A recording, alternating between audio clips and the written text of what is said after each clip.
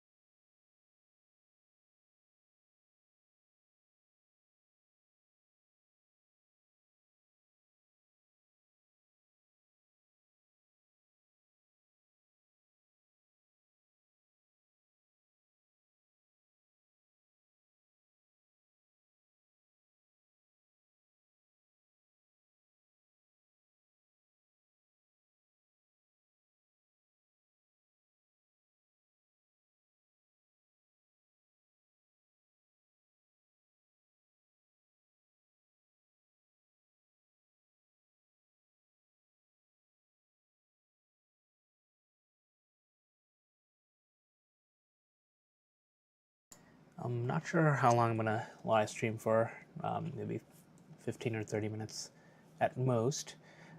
We're looking at parts of the Coal Sack Nebula in the southern hemisphere. I've already been imaging. I have a bunch of live stack options that I can show you.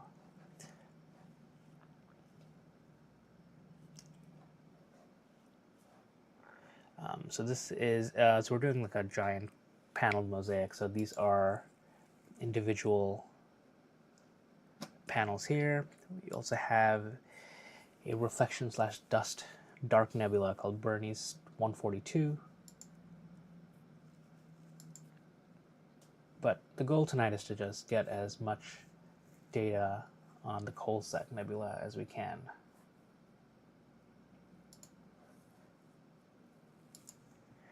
The one thing that I'm testing tonight is that YouTube is letting me stream in both vertical and horizontal format, which I've never done before. So figured I'd test it out because I think I'm one of the first people to maybe get access to it.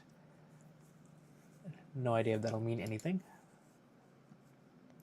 or how the chat works with the vertical format.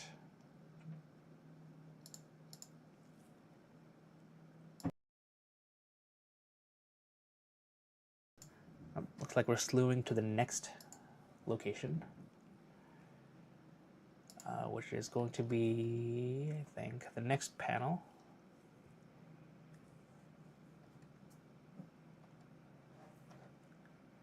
So I go to the sequencer. It's a little bit slow. This PC is in South Africa. Their internet isn't the fastest, but try to make do with what I have. So I have to click and wait, basically.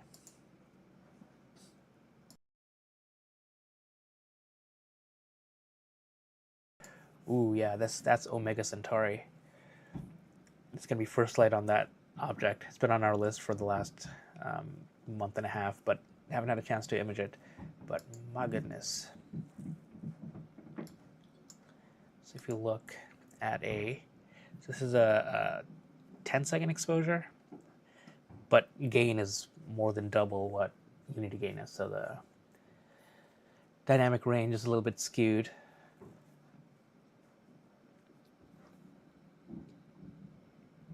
But we should be seeing 30-second exposures come in, and then we'll see what the live stack looks like. So I'm looking forward to that. Just gonna get rid of this color panel.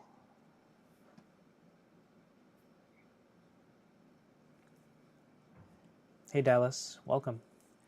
Yeah, it's been, the Southern Hemisphere has been a lot of fun over the last 6 weeks or so.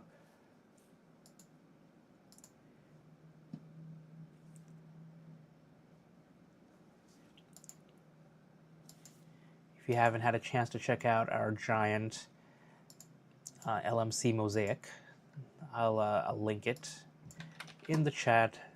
Go full screen on a computer if you can and zoom in to 1x. Lost my window.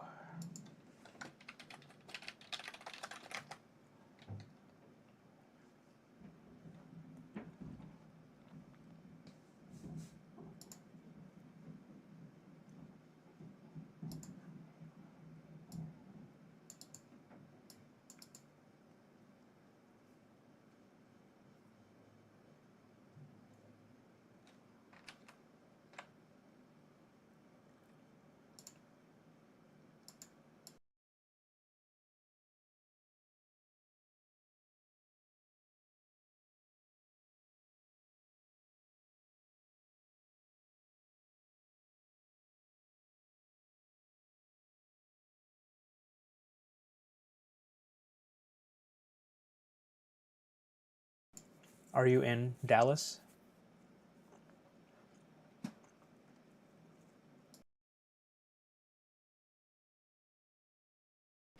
Paul, hey, thank you.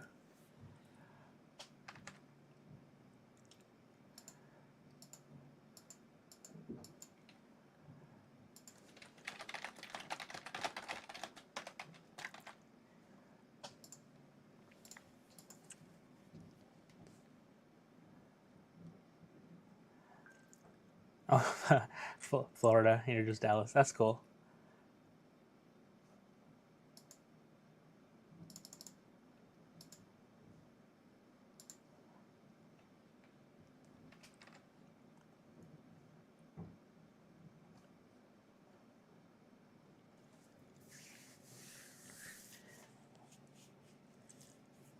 I'm very sad you didn't get to see the pretty planet clusters this morning. Too cloudy. Yeah, it's been so cloudy here too. Also, I've been missing pan stars. I'm waiting for it to go a little bit south, and then we're gonna try and get it from our southern hemisphere observatory. See what we get. We're not gonna have a lot of time though, but I'm just gonna zoom in on. It's just lagging. There we go. I have to make clicks and then wait. But this is Omega Centauri. Mind blowing. Oh, yeah, thank you. Yeah, it's been my memory remembering people isn't the best. Oh man, yeah, this takes up so much of the field of view. This is amazing. I did do this without telling my two partners that I was going to go live. So, sorry, Chris and Dave. Didn't realize I was going to shift to Omega Centauri as soon as I started the live stream. You have all new equipment, so you'll be at least 2 weeks. I mean, as long as you get all of that, all of the equipment at the same time, consolidate the clouds. So this is Omega Centauri. This is a minute. So I'm taking 30-second exposures of this thing because it's just so bright. Woof.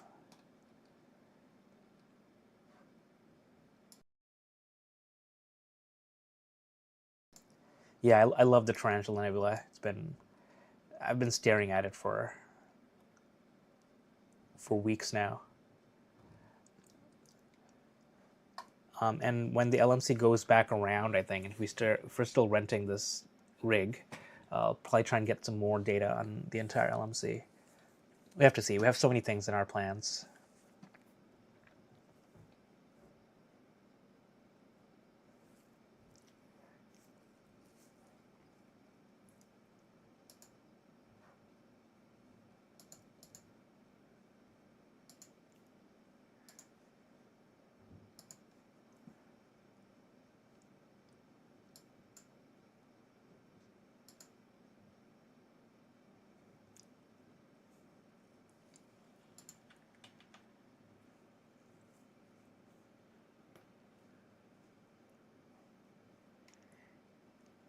Any other scopes you can rent in the Southern Hemisphere?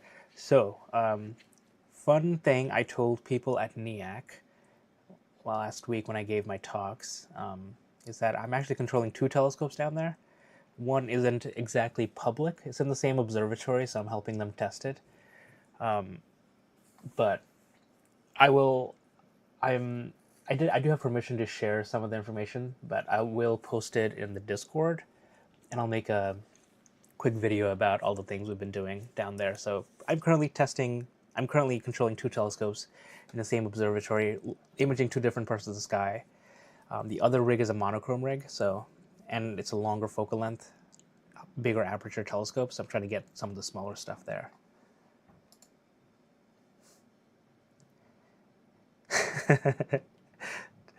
You're funny, Paul.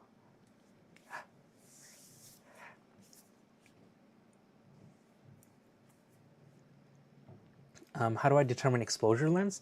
So at first it was experimenting. So this is Bortle 1.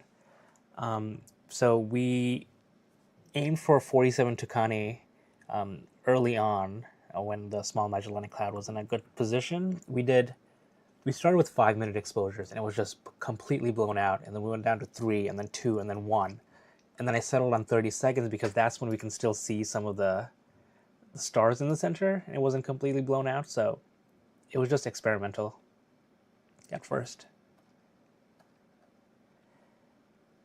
But when we do narrowband, we're doing 10-minute exposures, and when we're doing broadband, that's not a big star cluster, we're doing 5-minute exposures. The seeing is excellent. Like if we look at our guiding, and I'm dithering quite a bit, but the guiding right now is at 0.66 arc seconds, but oh, look at this. It shows Omega Centauri shows up in the guide cam. This is a 1.5 second exposure. It's actually pretty neat. I'm going to take a screenshot of this.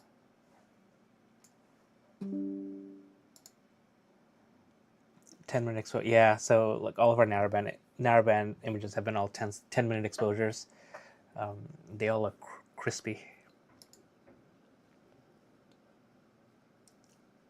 Like if I go back, if you look at the Coalsack Nebula, like this region here, these are 5-minute exposures, so this is 12. So this is an hour of integration time, just live stacked. And this is also about an hour.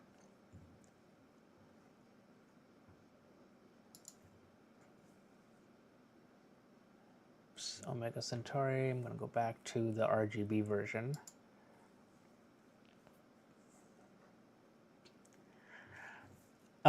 We can do more. We can probably do like 20 minutes if we wanted to, easily, maybe even 30 minutes. But when something happens, you end up losing a lot more data. So when we first got this rig, there was a lot of wind. So we ended up losing a couple hours a night of data just because, in 10-minute exposures, 10 seconds of wind would ruin the entire frame. So if we had 30 minutes, like, it would like easily cost us more time. So, hey, Otto.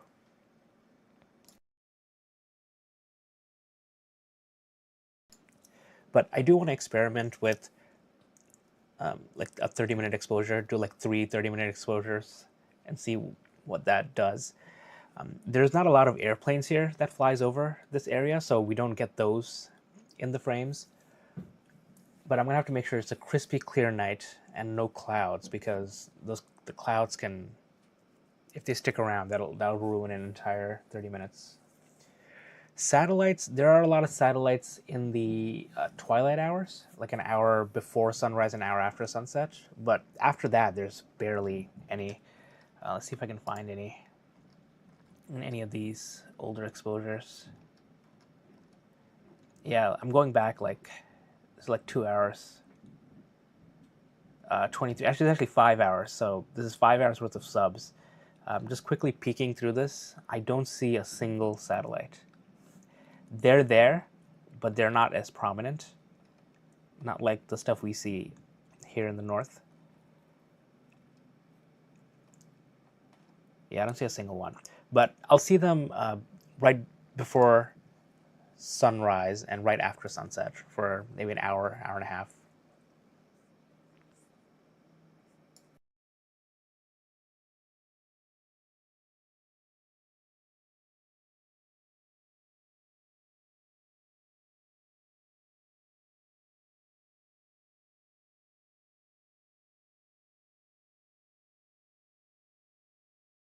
I am very much addicted to Bortle 1 skies. I'm living in Bortle 8 here in Boston. It's kind of crazy. It's 6 hours, the time difference.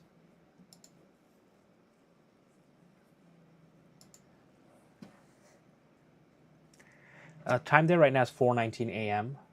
or 4:20 a.m. Hey, it's 4:20 a.m. at 4:20 here in Eastern time, and for me it's 10:20 p.m. So the timing kind of works out. So I can do earlier live streams, but it's also hard with a toddler at home and work during the day.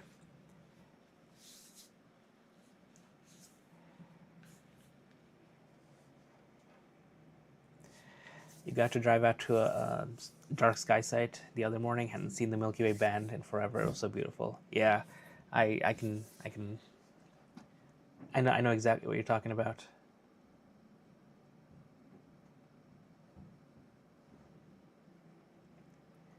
Doobie Brothers.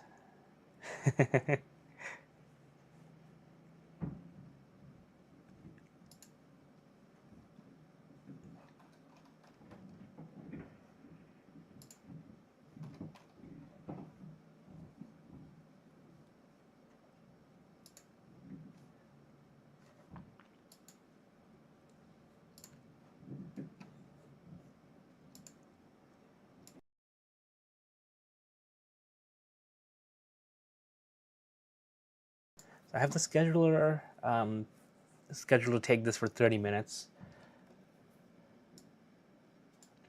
but I think I mentioned this earlier when I turned on the live stream. That what I'm testing is that YouTube enabled dual live stream for me, so I can do both horizontal and vertical at the same time. I have no idea what the vertical one looks like. I don't even know how to test that. I turned on my phone. I don't see myself, but I'm just gonna trust that it's happening. You're thinking Bortle 2-3 site next week, but stupid moon, yeah. Yeah, it'll be at least a quarter moon, so it'll set early enough. You can kind of try and avoid it. But yeah. Hey Niraj.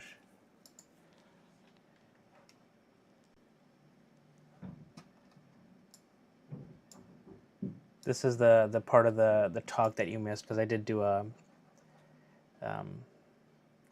live demo at my NEAC presentation of this. Minus, it was cloudy, so we weren't actually imaging that night.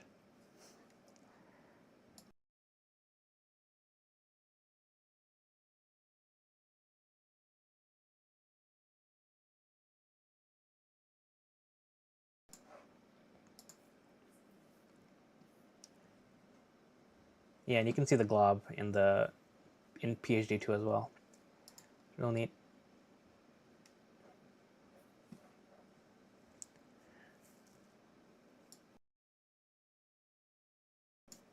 A meetup would be cool. You should come up to NEAF next year, Paul.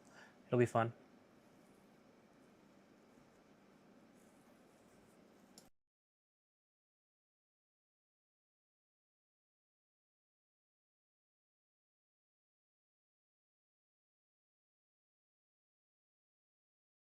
Awesome. Sweet. Are you going to do just NEAF, or are you going to do NEAC as well? The imaging conference?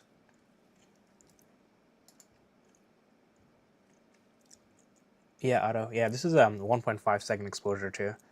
Kind of incredible.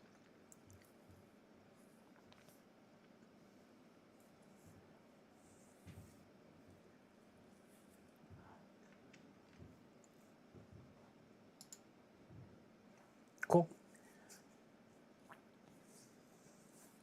Yeah, I'd like to go to both as well. I don't know if I'll be invited back to speak next year. We'll see. But it was fun this year. Definitely a lot of pressure prepping for 2 talks.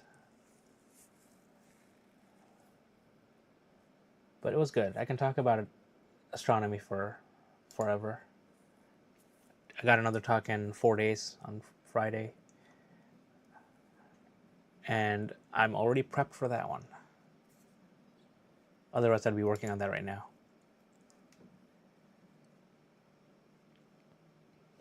Yeah, no, it went really well.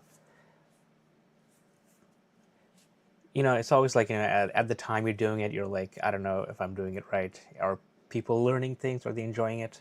But, in retrospect, after talking to people about who attended, it was good. It was good. And the content I covered was good too. Lots of good engagement from the get some rest if you haven't already before the presentation. The other one on Friday is going to be easy. It's at the museum. It's only 20 minutes long compared to the 2 hours of straight talking. I was actually 3 hours of straight talking that I did because didn't really get a break, much of a break between the two presentations.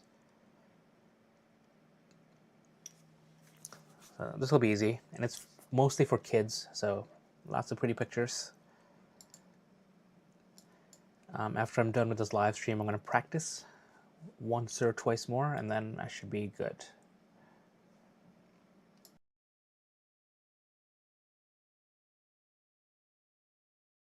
And Astrobits is also presenting at his local library on astrophotography.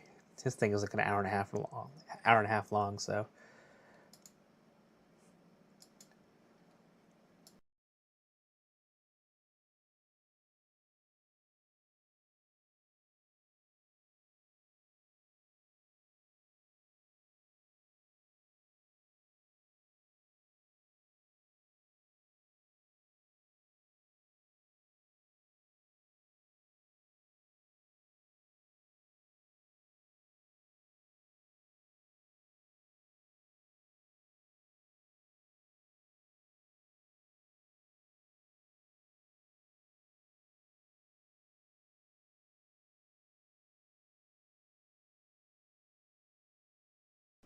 Oh, nice. Does that make it a 4-body problem?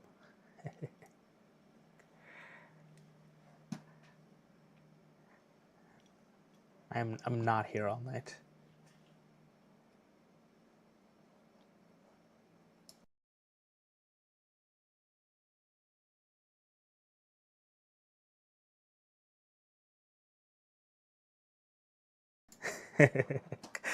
It is weak.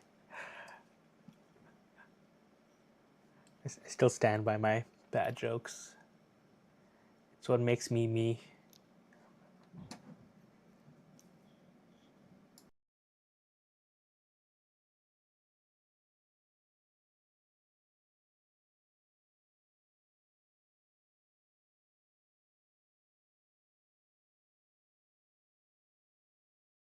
Oh, that's really cool.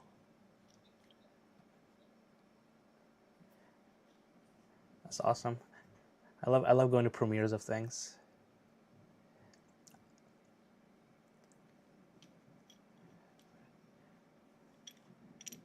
Very cool.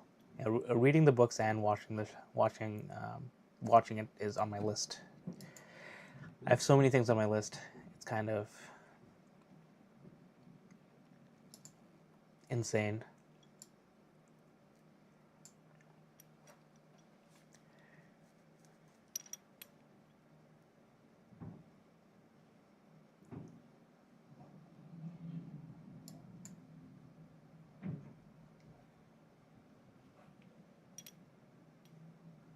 Wow, 7. That's awesome. I went to 3, I think, in my life. Latest was Project Hail Mary, which was fun. You know, getting to see it weeks before everyone else. Oh, Ready Player One. That's cool. Yeah, I saw that one, but I saw it on opening day. I didn't get an early screening of that one.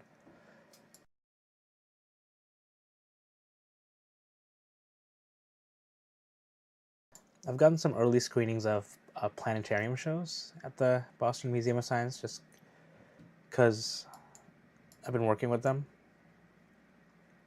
But they don't really count. They're just local planetarium shows. But they're fun.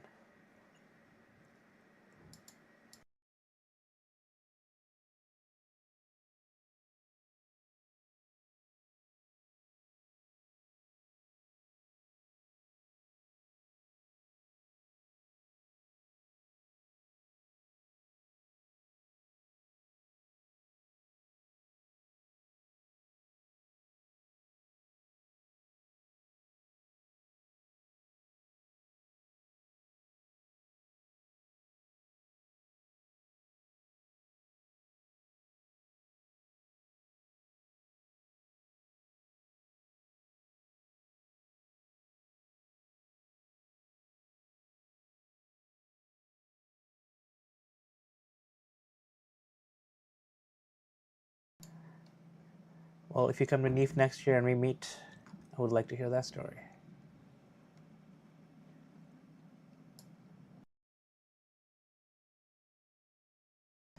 or maybe I'll do another live stream meetup thing that I did end of 2025. You can talk about it earlier.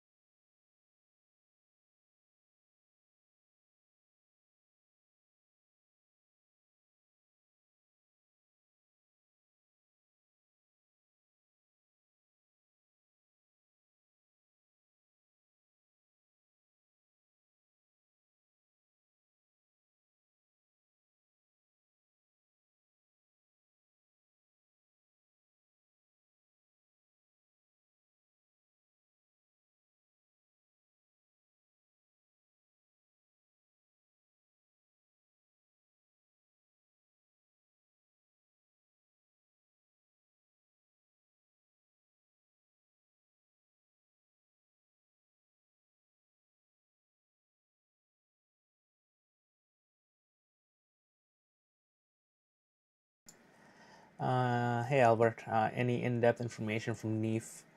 Hmm. There was not a lot of new products this year, like compared to last year where they had, like ZW had a whole bunch of stuff coming out. Celestron was debuting something, but this year there wasn't a lot. Like ZW had nothing aside from the AM7, which is already like old news. Was there anything else? Thinking.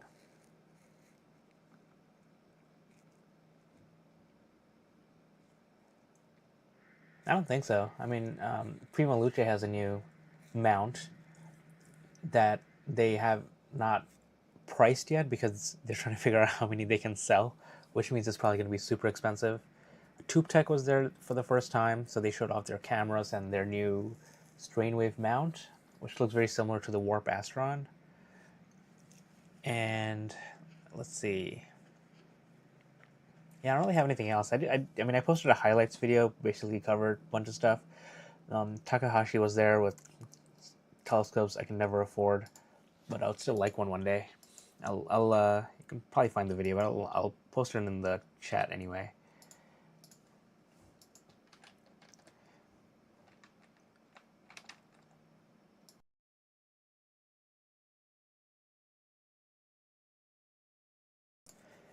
Vaonis was there. I was hoping they would bring their new $100,000 smart telescope, but they did not.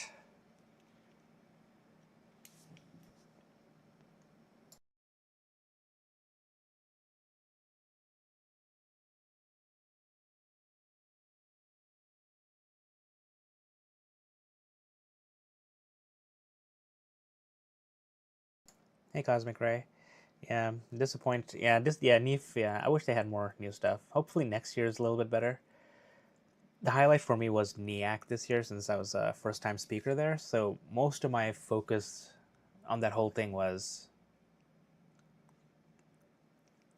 NEAC. Like I didn't even plan for NEAF at all until the Friday night after my talks were done. How do you do a day job? Me? I don't know. I do it during the day. I'm pretty good at multitasking. My job is flexible enough that I'll oftentimes work at like 1 a.m. or 2 a.m. for a couple hours. That's when my brain is really on, and then the next day I'll sleep in or something. Um, it is hybrid now, so I do have to go into the office from time to time, which I do not like. My boss is aware. I think the entire organization is aware of my feelings about return to office.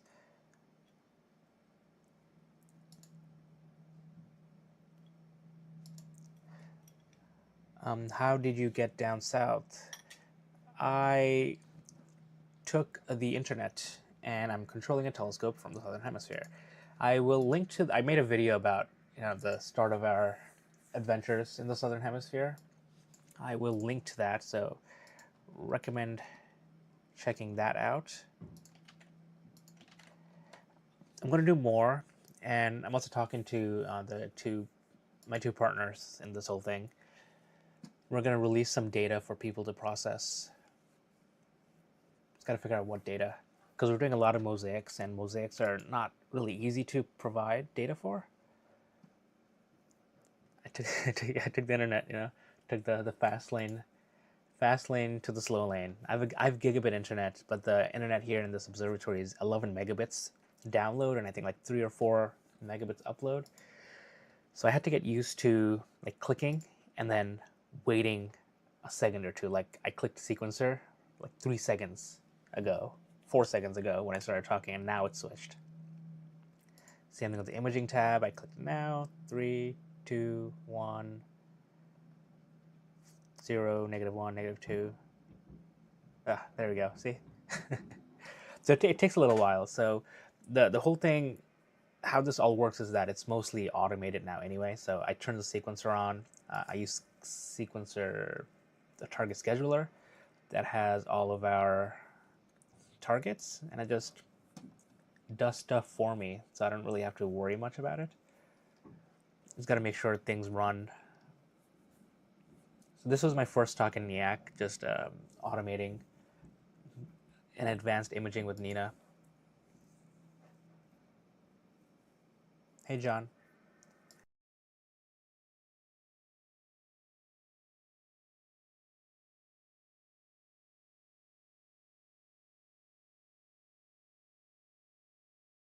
A sea star in Zimbabwe that's been off, like it hasn't been turned on, like on purpose, or is that a mistake or technical issue?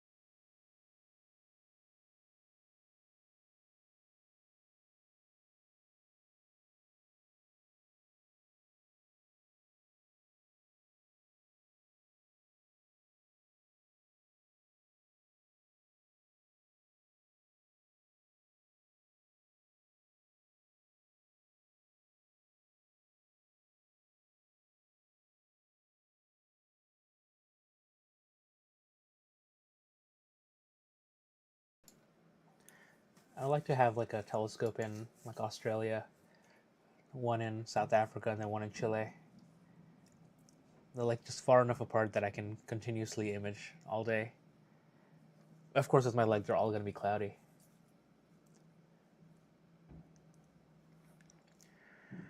Who was the most exciting person I met? Oh, I met Don Pettit, who's the astronaut. He does a lot of astrophotography from the ISS. He is super smart, hilarious, and always tells a good story. He has my contact information. He's supposed to be sending me some images to look at to help with processing. No idea if or when that's going to happen, but yeah, Don is, yeah. I want to be best friends with him.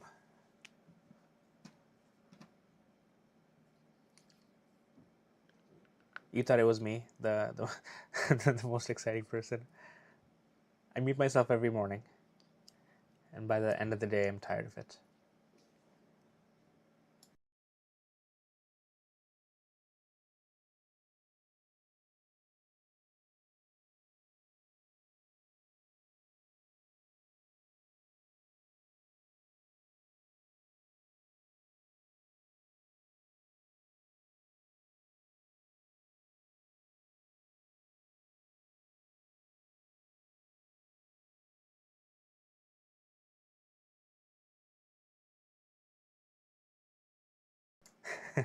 I said everybody. I know. Yeah, that was a response to Rich.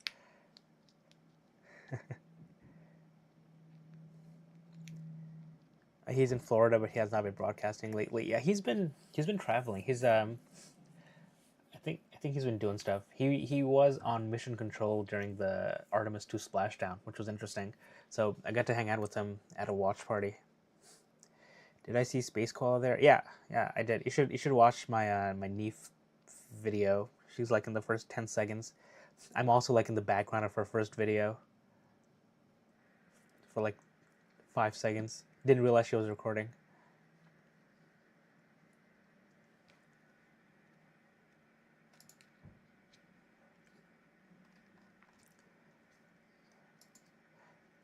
And I met Lutza last year at Neef, but didn't really talk. But this year we were both speakers, so got to spend some time with her and Nico and Don and the other speakers at NEAC. Yeah, Lutza. It's like a TS sound, the C.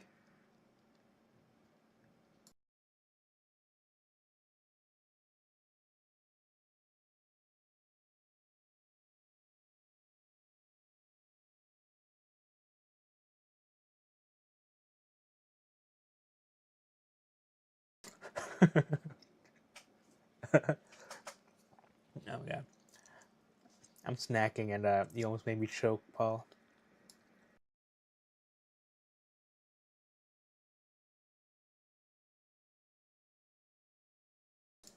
I hope he's invited to NEAC next year to talk. You're streaming S30 Pro. Cool, on Discord, nice.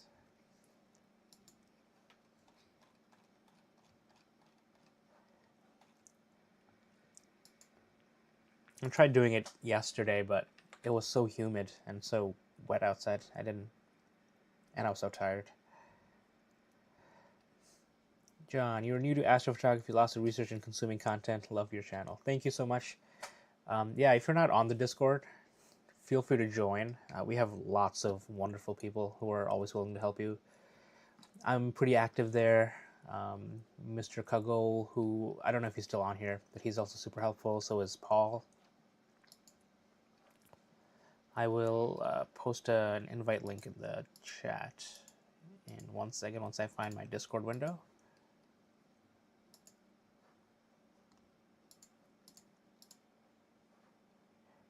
Where is it?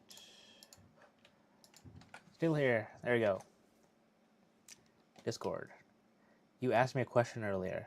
Did I answer? Did I skip you?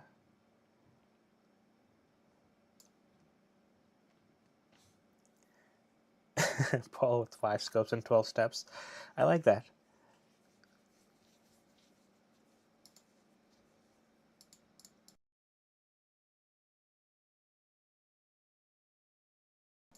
Oh, zoom in. Yeah, on this thing. Sorry, I think I did miss your question then.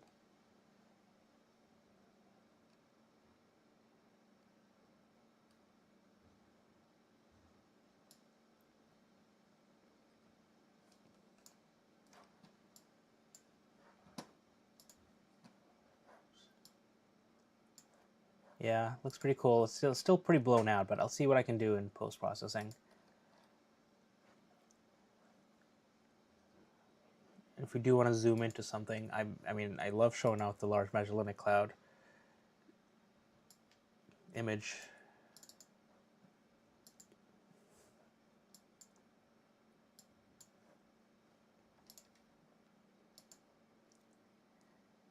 That is a dense cluster, and it's huge. Look at how much of the field of view it takes up. This is so much bigger than M13 here in the Northern Hemisphere, and 47 Tucani is even bigger than this.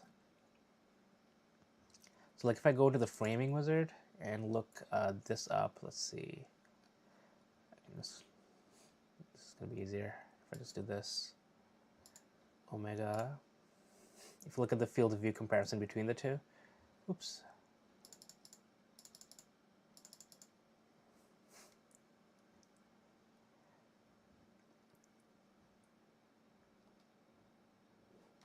Just gotta wait for things to load. Come on. There we go.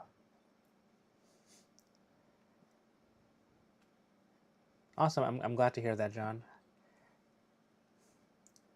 I'm planning on making more processing videos. I just need to find time to do those. So this is the field of view of Omega Centauri. And if I switch to 47 Tucani,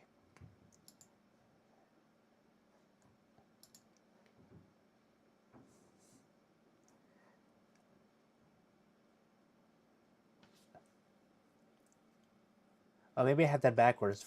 Omega Centauri is bigger than 47 Tucani. Never mind. Ignore what I said the last 2 minutes. Where would your dream trip be with a travel scope? Ooh. I would love to go to the outback of Australia with like a really wide field setup and something I can use to zoom in. Like stay there for like a week. 7 nights of clear skies around the new moon.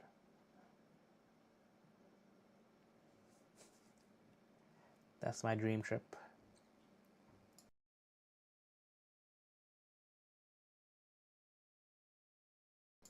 And in 2028, I am going to go to Australia for the total solar eclipse. I don't know if I'm going to be bringing that much stuff with me because we'll be traveling with I think my son will be 5 at the time. Maybe 5.5. Too many things can kill you. Yeah, Chile is really good too. Yeah, I'd go to Chile. High elevation areas, lower clouds or less clouds. That's a good point.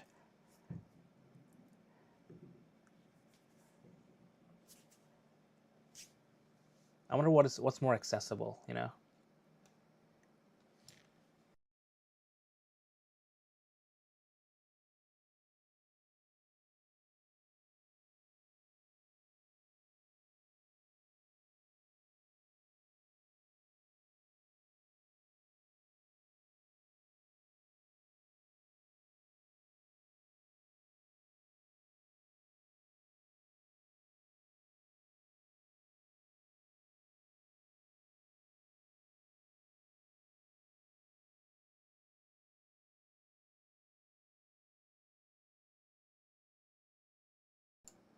Ever do any solar observations with a dedicated solar scope?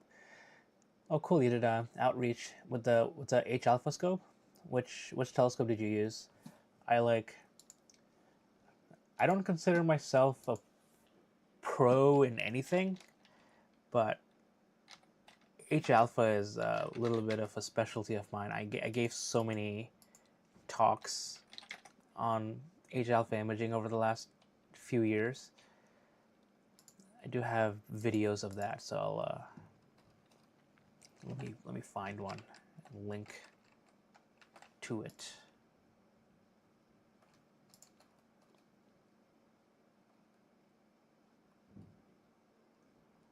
Do I have any?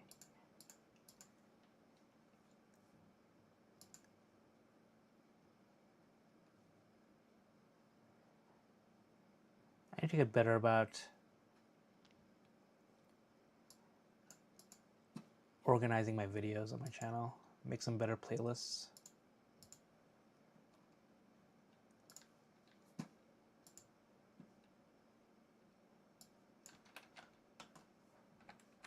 Yeah, found it.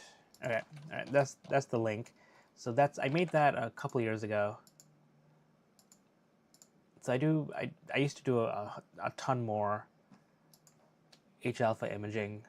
I haven't done much in the last 4 or 5 months, but I tested out the Heliostar from Skywatcher, the Heliostar 100, the new one that's coming out, and it just blew my mind. Like the prominences that we were able to see through it.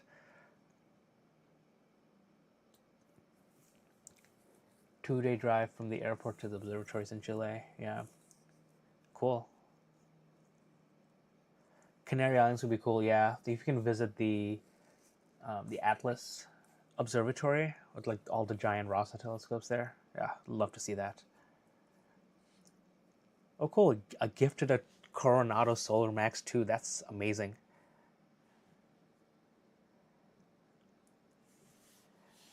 That's amazing. Yeah, the Coronado Solar Max 2 is an amazing telescope. I almost got it myself, but ended up going with the Lunt instead.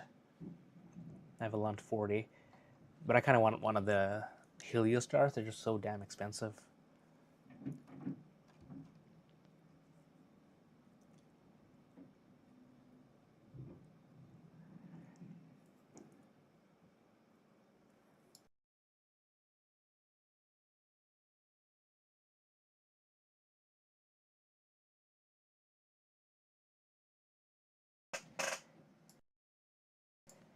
You say that now, Paul, but this hobby is very problematic.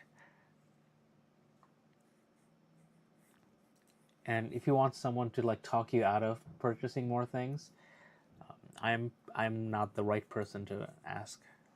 Just FYI. Yeah, single stack is tough. The Heliostar though is a single stack, and it performs better than a double stack, just from what I saw 2 weeks ago. It was actually, yeah, it was less than 2 weeks ago, like a week and a half ago. Amazing.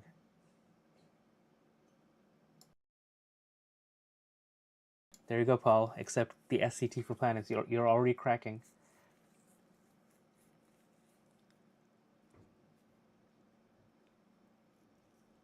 Yeah, yeah.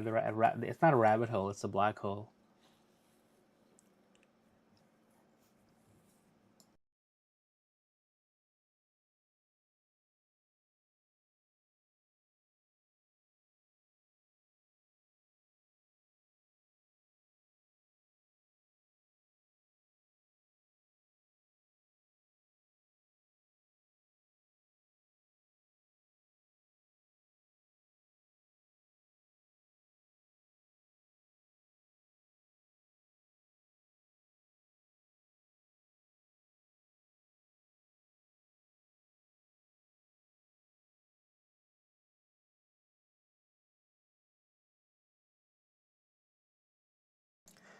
So you could only see the prominence in post processing with the scope. No, you can see everything. You can see prominences. You can see filaments. You can see sunspots.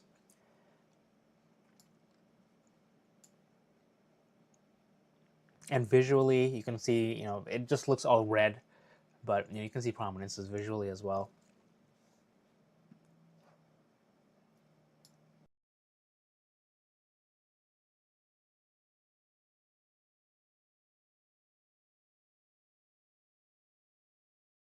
Yep, that's all with the Lunt 40. It's not like the what is it, the Daystar Quarks, right, where they have a prominence version and a chrominance version, where you need both if you want to see the surface and the prominences. With the Lunt, you can see all of it. Yeah, it was great. Yeah, I bought it years ago, before the 2 price hikes ago. So it's a nice deal. Super light. I use it for outreach all the time. My next planned outreach with it is, I think, end of May. I have to double check. And then doing another one for the solar eclipse in August. We're getting I think it's 17% eclipse here in Boston, but I'm gonna set it up anyway at a library and let people look through it. Have I got anything with my 120 Apple lately? Yeah, I've been imaging just galaxies mostly, M81 and M82. Got data on that. My luminance filter that I was using was defective, so I just got that changed. So I'm lacking some data. I need some more time to test it. But have you seen my image of the M81, M82 in narrowband? Let me see if I can find it.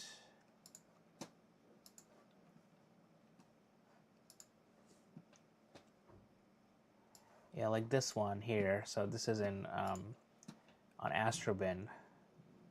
Yeah, like this was from my backyard in Boston. This is with the 120 Apo, the ASI 2600 MC Pro. Yeah, so this was the color camera. So I'm testing a monocam right now. So I'm basically just reshooting everything in mono just to compare. But this is from my backyard with the 120 Apo. And then if I go back, this is also with the 120 APO, so this is M81. Oops. Yeah, this is RGB plus H alpha. It's about 17 hours, I want to say. So both this and the and M82. Yeah, mono someday. Yeah, I know. Yeah, it's never ending. Do I have anything else here? I don't, not on Astrobin with the 120 Apo, but let me look on my computer, see if I processed anything else. Yeah, you need filters, a camera. I think you already have a filter wheel, right? You need a filter wheel. I'm testing a TubeTech. I really like it, so if you need recommendations, I'm happy to help with that, as well as referral links.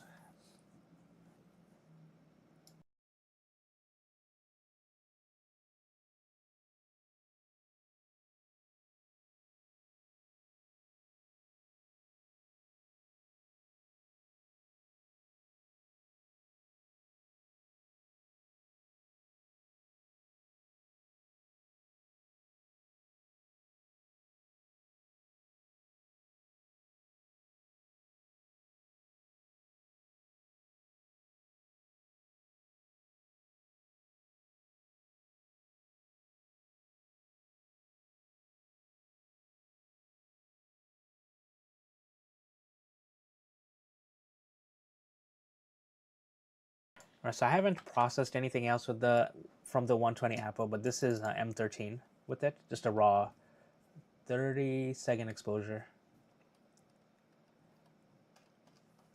I think I have like an hour on this, so I'll have to process this at some point. Let's see what else I got.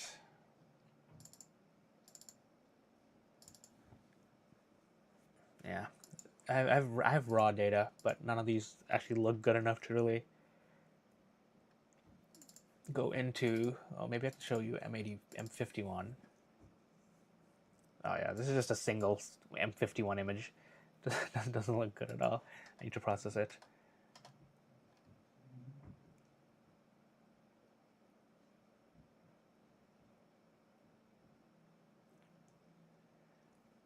Ooh, one thing I can maybe tease is H Alpha Crescent Nebula. There we go. This is a single 5-minute exposure with the 120 Apo. H Alpha. I did not frame this properly because the soap bubble nebula is like right over here. So I'm going to turn this into a mosaic. I'm going to do another panel here with some overlaps.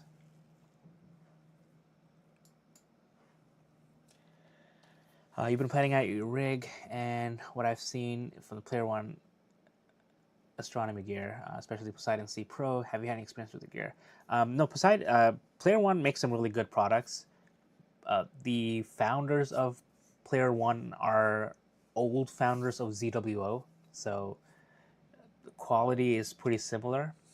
Um, I have not personally used them, but I did meet them at NEAF, and they showed some interest in working with me, having me test some of their gear, so maybe. But from what I've heard, they make some really good products. I don't think you can go wrong with Player One. I like ZWO cameras, and I am really liking TubeTech cameras. SV Bony is okay. I always tell them that they need to work on their QC because their products are hit or miss. You saw a video where he said 58 millimeter was better. Well, 58 millimeter what?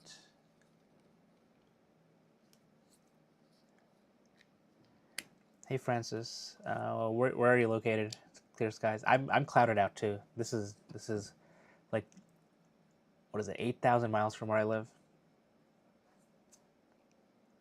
Oh, back focus 58 millimeters was better. I've only been able to test between 54 and 56, and my stars looked really good in all three cases. But I have not tried 58. And if you do, let me know if it looks good, because that would be pretty cool. I wonder if it's 58 millimeters. If I wonder if it depends on the size of your sensor. like you can go farther back with the smaller sensor because it's more forgiving, the field of view. But I'm not sure. California, cool. We're on opposite sides of the country, and we both have clouds. You have to leave the country to get not clouds. So in about a minute, it's going to switch to the next object, which is going to be another Coalsack Nebula target. Yeah, it's going to be panel 5 of the Coalsack Nebula. Really excited about getting that done.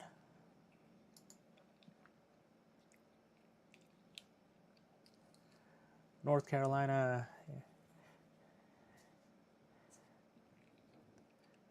You don't need to share the clouds with me. I know sharing is caring, but keep your clouds. I don't want them.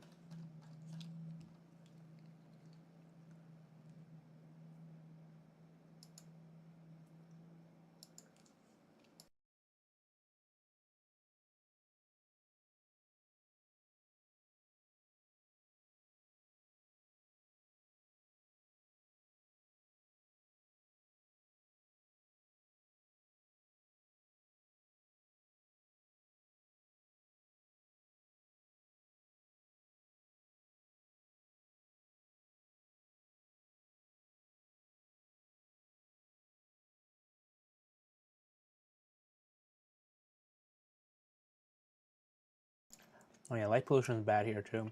Bortle 8, at least. Where in California are you?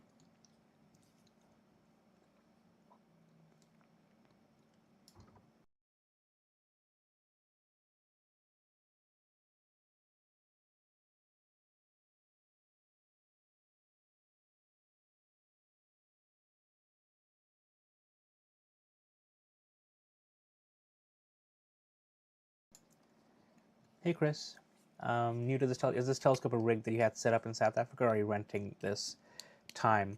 I'm renting the telescope from someone at a remote observatory, so it kind of is renting time on it, but I have exclusive control. So I'm controlling when it comes on, when it goes to sleep, what it images, when it images. Full control is mine. I posted a video a couple weeks ago about the start of our adventures in the Southern Hemisphere, so I'll link to it again in the chat if you want to watch and see how it's set up and what I've been doing there. If I can find my chat window. Is that it? Hold on.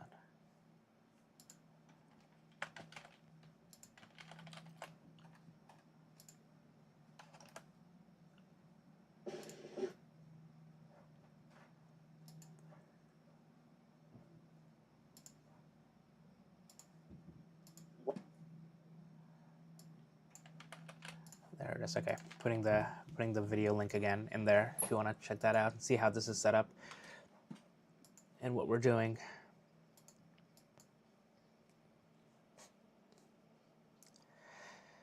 We did think about sending gear somewhere to control, but it's costly, and honestly, the way we're doing it right now is very cost effective. I'm very happy with it.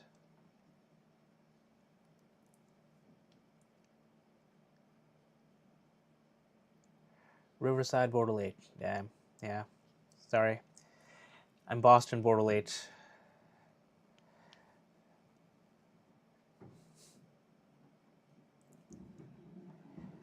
Carina Nebula is on my bucket list too, and I did get it. It's did I show that off in the video? Oh man. Okay. Well, I will be posting images of stuff we've been imaging in the Southern Hemisphere more, probably starting in a couple of weeks. I have another talk I need to give this week, plus a lot of work stuff happening. But yeah, you've been watching my processing videos, waiting for more results. So cool. Do you have which telescope are you getting, or do you still need to pick one? You can travel for dark night. Yeah, how far do you have to go to get some dark skies? I have to drive maybe like 3 hours for Bortle 4. longer if it's Portal 3. And I don't think I have any Portal 2 locations within driving distance within like 10 hours. Oh, cool. Peabody, not Peabody, and Worcester. I am originally from New York City, so like all the town names here have took some time to get used to, and I still don't know all of them. Like I've been pronouncing Gloucester incorrectly this whole time. Oh, cool. S30 Pro. I have one. I like mine. You'll enjoy it. Hopefully. Death Valley is Portal 1. Yeah, I would love to go there one day. You scripted your job, so you just watch YouTube. It's perfect. I wish I could do that. I do write lots of scripts for my work, trying to automate a lot of stuff, but so much of it I am not able to. Acadia, we are planning to go to Acadia second week, the week after Independence Day weekend. So not the busy weekend, the weekend after. So already booked and stuff. Hey Chris, you're in Boston? Cool. We're in Boston. You don't have to get too specific, but if you're not in the Discord, join. We have lots of Bostonians in there. I lost my chat again. Ugh. I'm not good at that. I need like 4 monitors. I'll put the Discord invite link in the chat again. So 90 minutes Portal 2. I'm jealous. Stoneham? Dude, you're like 10 minutes from me. I have a friend who lives in Stoneham too. Nathan. I know it's not very specific, but my friend Nathan lives in Stoneham, and I just visited him like 4 days ago. And yeah, I learned it's pronounced Stoneham, not Stoneham, and then Waltham, not Waltham, Massachusetts.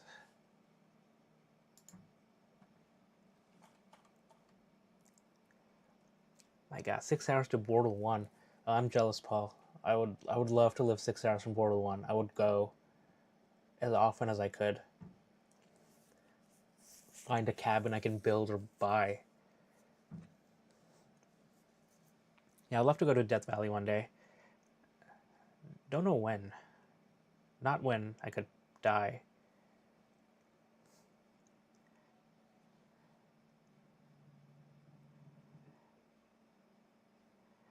Yeah, I knew you had that in Texas. I didn't realize you had that in North Carolina too now. It's really cool.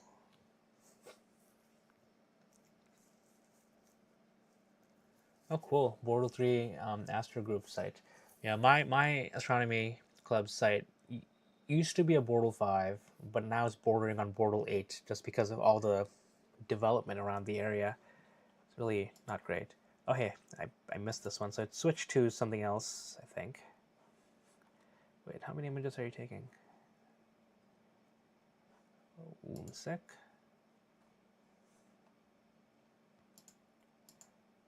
Omega. Oh, yeah, because I have it set to take images for 30 minutes, not 30 exposures. But anyways, I kept this live stream going longer than I wanted. So I think 6 minutes, when it's 5:15 a.m. in South Africa, is when I'm gonna end the stream. That's because, oh, hey, look, an airplane. Don't really get a lot of airplanes down there. So this is essentially this is the first airplane slash satellite I've seen in any of my images since right after sunset. But there you go, Paul. You wanted an example of something. Here you go. But anyways, I got distracted. 6 minutes at 5:15 a.m. I'm going to close the stream because it's only going to be about another 15 minutes before this thing starts to shut down. It starts the shutdown sequence. Not much hotels. Best ways to camp. Man, I hate camping. I was born in a city, lived in a city. I could do cabins though.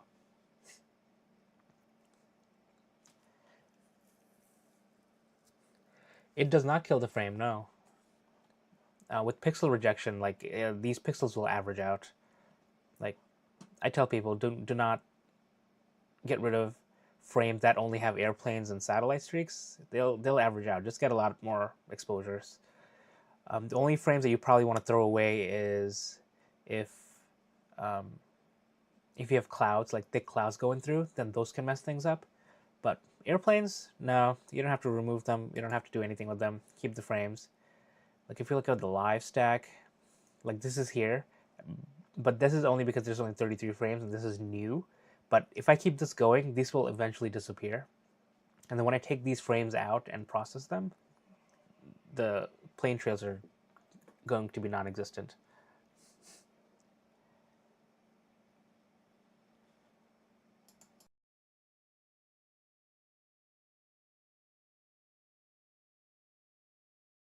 Yeah, there's a lot of like little nuances in this hobby.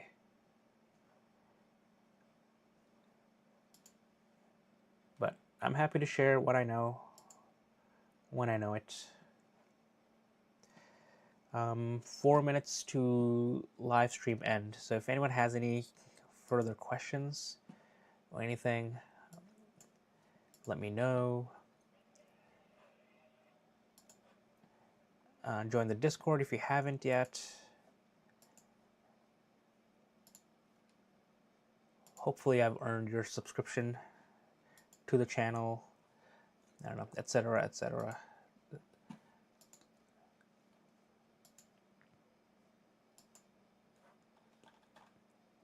How much total are you getting overall for this target? Right now I have this set to do 30 minutes, but I think our plan is to get a couple hours at least. We don't even need that much for globular clusters, but get a couple hours for good signal to noise ratio everywhere. There's like a tiny galaxy here. I don't know. Right now our biggest priority is the Coalsack Nebula mosaic, which we're working on.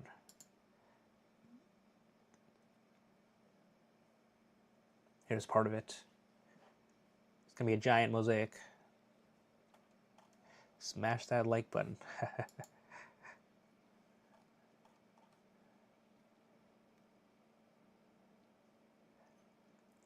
Good night, Francis. Thanks for joining. I'm glad I mentioned the averaging out of plane streak. I was wondering about that for myself in live stacking. Yeah, if you use SharpCap to live stack, it has a good satellite trail removal feature built in, so it does a lot better there. But the live stacking in Nina is still pretty new, so it takes a little while. So you need a lot of frames stacked here, but it eventually. I'm looking for my RGB omega, but it'll eventually disappear as it starts averaging and stacking the frames.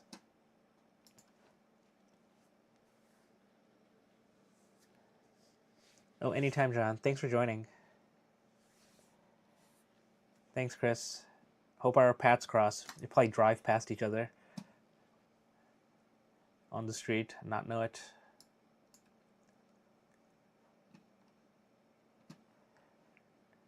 All right, guys. 2 more minutes. Last call for whatever's. And for people who are still here,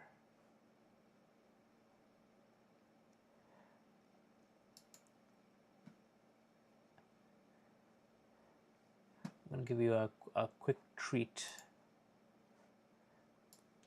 and show you the other rig that I'm controlling. So this is also in South Africa. So this is a galaxy we're imaging down there. This is a monochrome rig, so this is the blue filter.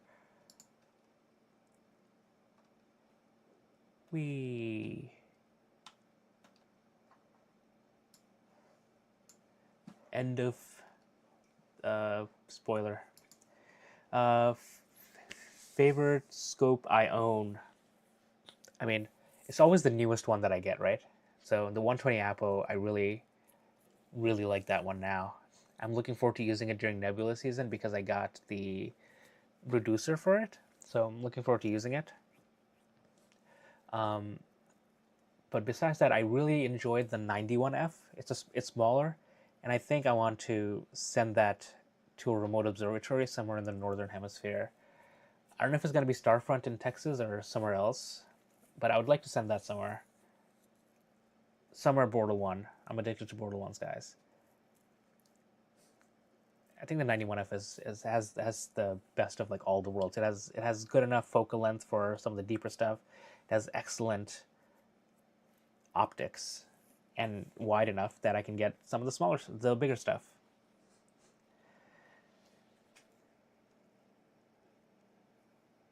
Thanks, Dallas.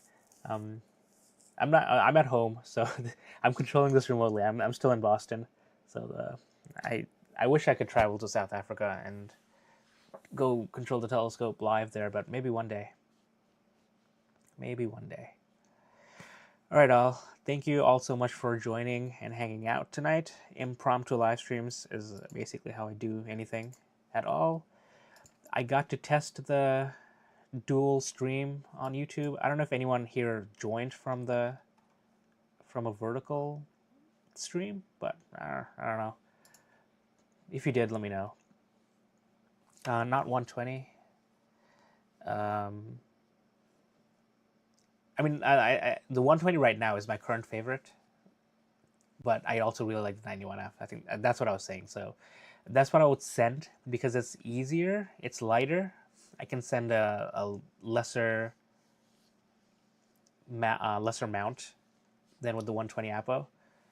Yeah, I don't have like a carrying case for the 91F. I have one for the 120 Apo. Like I'm sure you know that you have one too. So that's easier. It's actually easier for me to transport. The 91F is kind of an annoying size because it's too big for my Apache cases, and I didn't feel like getting something exclusive for it or dedicated to it because those are like real cases are expensive. I didn't feel like making one. So yeah, I'll keep the 120 Apo for imaging at home, for travel, and I could also see myself taking it to star parties, like looking at the moon through that. Like I'm sure people would love it. But anyways, thanks for the questions. Thanks for the hang. I gotta go. South Africa is dangerously unsafe. Yes, it is. So much to think about. Anyways, good night, everybody.